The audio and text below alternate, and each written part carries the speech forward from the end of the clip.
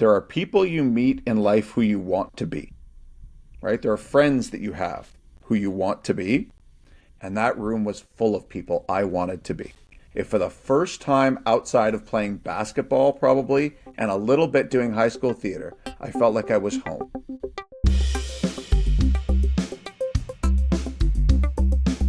So Bruce, before even you got your first job, before you got started, when did you know, and I guess how did you know that journalism was what you wanted to get into? Well, I think the way I came across it is probably the way, I don't know if it's the way a lot of people come across it actually. I had no idea what I wanted to do.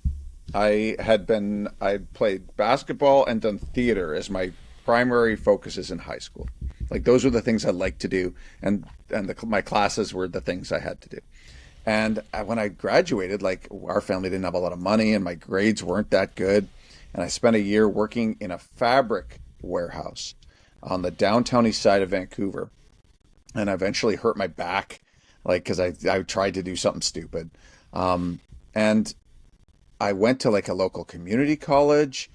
I was working in a supermarket. I was completely directionless. Had no idea how people got jobs, what jobs I would want to do. And then I went to Simon Fraser University in Vancouver to become a teacher. And I was there for 2 weeks. It's one of the most depressing places in the world. Concrete bunker in a rain cloud. You'd think being on top of a mountain would be amazing in Vancouver. It's not. And I dropped out, went back to work at the supermarket, drank too much. And one day in I want to say like January of 1996 or 1997 in there, an ex-girlfriend who I dated when I was at the community college called me up and she said, hey, I'm working at the student paper at UBC.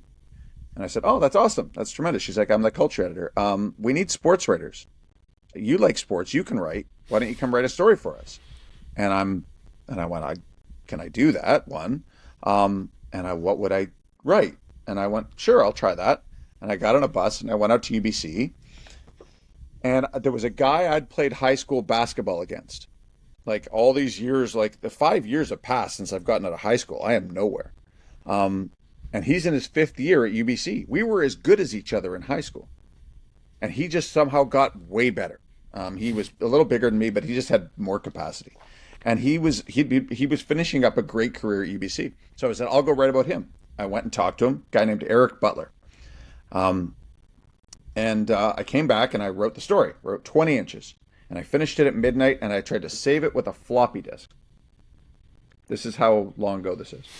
And it disappeared in the computer system. And I stayed till 3 a.m. rewriting it from memory.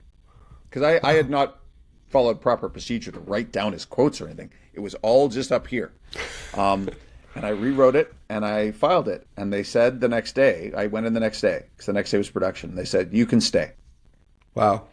And the second I walked in there are people you meet in life who you want to be, right? There are friends that you have who you want to be. And that room was full of people I wanted to be. If for the first time outside of playing basketball, probably, and a little bit doing high school theater, I felt like I was home. And it was honestly that simple. Like that I never turned any other direction really from that moment. And I guess that would have been early 1997.